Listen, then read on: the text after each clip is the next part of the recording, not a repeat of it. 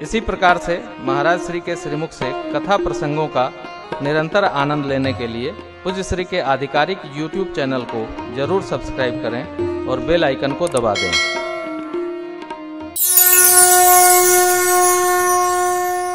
एक और विशेष बात, जिह्वा पर, कान में कभी भी कचरा एकत्रीकरण नहीं करना चाहिए। उनकी सुन लो, उनकी सुना दो, इससे लाभ क्या होना है? थोड़ा इनकी, थोड़ा उनकी, थोड़ा लल्लू की, थोड़ा जगधर की, क्या अर्थ है? नहीं, मुख खुले तो हरि चर्चा हो, भगवत चर्चा हो, भागवत चर्चा हो, यही हमारा आपका धन है।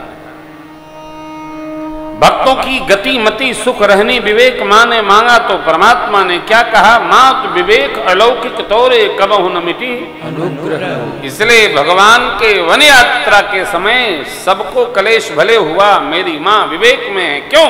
वो जानती हैं राम जी जीव नहीं है, राम जी परमात्मा। जब हम इस विवेक तत्व से परिचित होंगे तो हमको दुख नहीं होगा, कलेश नहीं होगा। और इस बात से भी बाहर निकला जाए, मैं इसको बार बार निवेदन कर रहा हूं कि राम जी बने गए, राम जी बने नहीं गए। बने क्या होता है?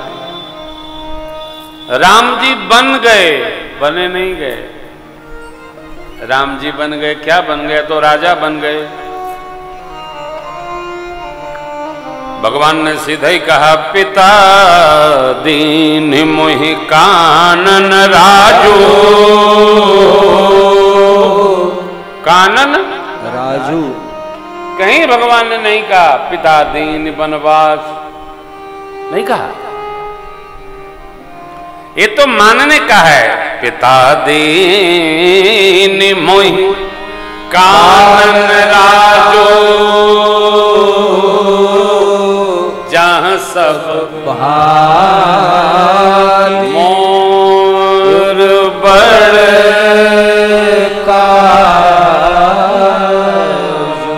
महाराज, ये जो वनवास की कथा है उसके बारे में आपका क्या ख्याल है? गलत है, झूठ है। राम जी बने गए नहीं, हमने वो भजन नहीं गाया, राम मोरा चल गए न बनवा हो कैसे राखो परनवा।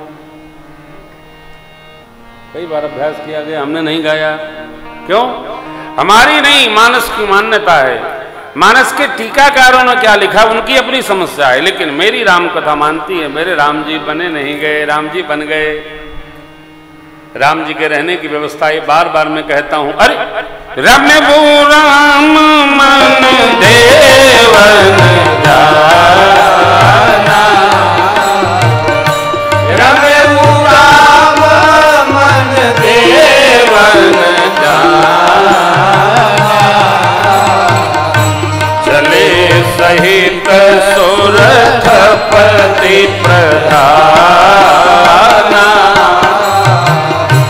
सहित सुरथपति प्रधाना।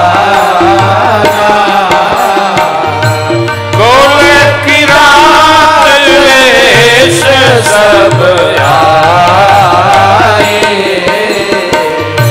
गोल की रात वेश सब आए।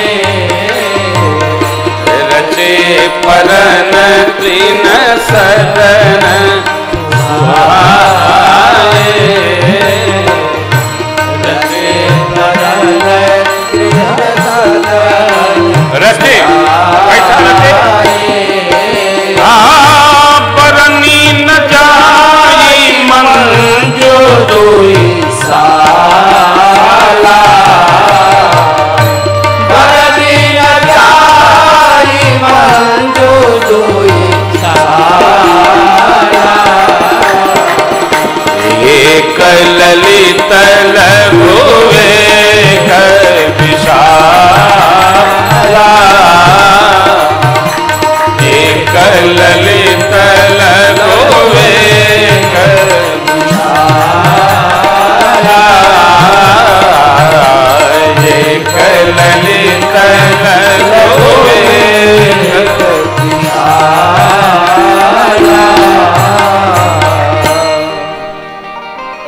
भगवान जब चित्रकूट पधारे तो उनके रुकने हेतु व्यवस्था किसने की? देवताओं ने कोल भील रूप में आकर लक्ष्मण जी के लिए कुटिया बनाई, एक ललित सुंदर लघु छोटा और एक मंज दुईशाला, एक विशाला, जिसमें बैठका भी है, रसोई भी है, मिलने का भी स्थल है, अरे बाथरूम भी है, बेडरूम भी है, क्या क्या, जैसे हम लोग तीर्थराज प्रयाग और हरिद्वार के कुंभ में बनवा लेते हैं, बरन न जाय मंजु दुईशाला। गए भगवान बने बने भटके, बड़े रोए, बड़े कष्ट पाए प्रभु। काय कष्ट? हम लोग महीने में 18 दिन घर से बाहर रहते हैं, आश्रम से बाहर रहते हैं, तो कोई कष्ट में रहते हैं क्या? मैं दरभंगा कथा करने गया था, एक भाई सीए थे, तो उन्होंने बेडरूम में हमको ठाकुर जी को शयन करा दिया और अपने बेचारे ड्राइंग में सोते थे।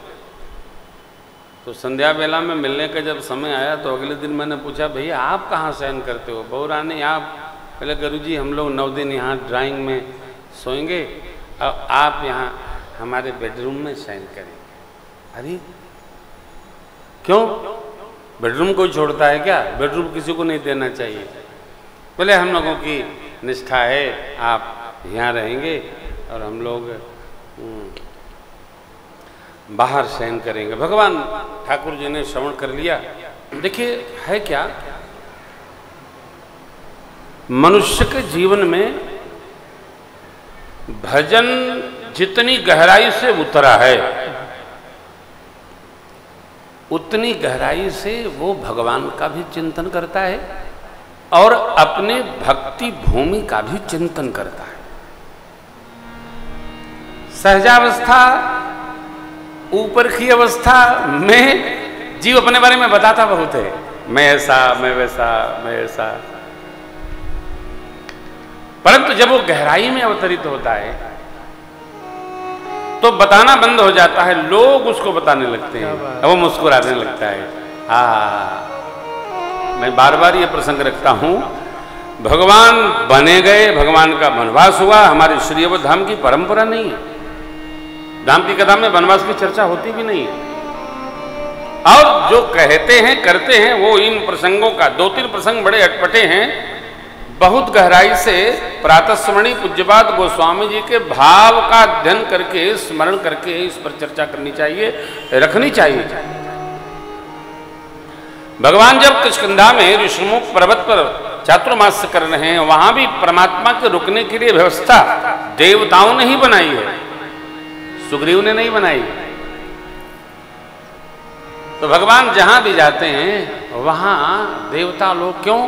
देवता लोग ही हाथ जोड़कर प्रभु इनसे निजात मिले, इनसे मुक्ति मिले, ये असुर लोग हमको बहुत सताते हैं। हमारे आपके साथ भी कलेश होता है तो हम भी भगवान से ही प्रार्थना करते हैं। तो भगवान से प्रार्थना क्यों करते हैं कि भक्तों का भगवान के अलावा है कौन? विभीषण जी ने कहा ना, राम सत्य संकल्प प्रभु सभा काल बस तो, मैं रघुबीर शरण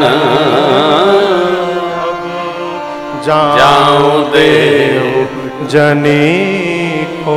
मुझे दोष मत देना, राम सत्य संकल्प प्रभु हैं, ये विभीषण जी की निष्ठा है। अब तुम्हारी सभा काल के वशीभूत है। मेरे हृदय में क्या है कि अवसर दे दिया आपने, अब मैं भगवान की शरण में जा रहा हूं, इसलिए मेरे जाने के बाद जो कुछ भी घटनाक्रम लंका में घटेगा उसके जिम्मेदार आप होंगे, हम नहीं।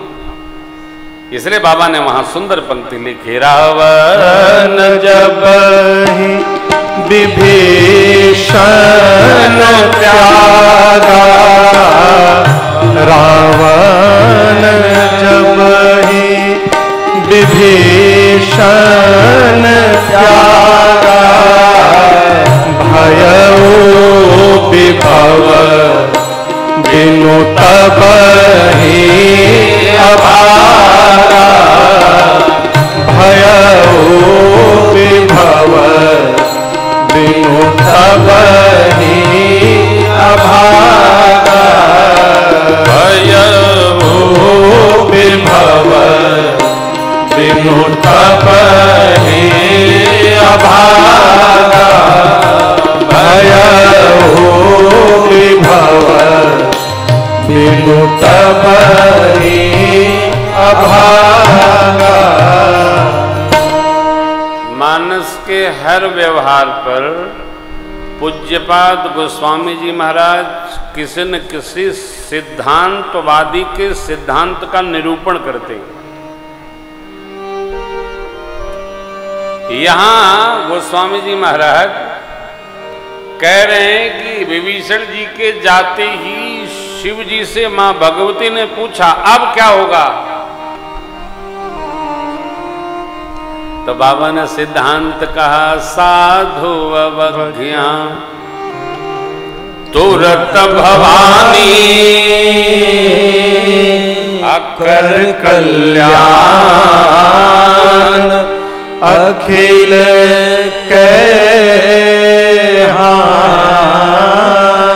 हे भगवती, विश्व मंगल की स्थिति आ गई हो और किसी साधु का अपमान हो जाए तो वो जो उत्थान होने वाला होता है वो विनाश में चला जाता है। इसलिए देखिए रावण के साथ जो कुछ भी घटनाक्रम हुआ है रावण के और किसी उत्पात से नहीं, साधु संतों को इतना सताता था रावण, भजन में विघ्न उत्पन्न करता था, त्रास देता था, यज्ञ संपादित नहीं करने देता था, स्मरण नहीं करने देता था, संध्या वंदन नहीं करने देता था। और इसका परिणाम क्या भया कि रावण का समूल सकुल विनाश हो गया। यह जानकर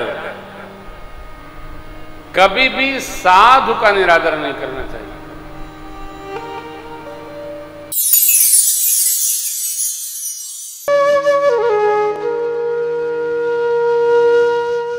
इसी तरह सुनते रहिए, चैनल को सब्सक्राइब करिए, बेल आइकन को दबा दीजिए और पुण्य अर्जन के लिए अपनों में शेयर करिए।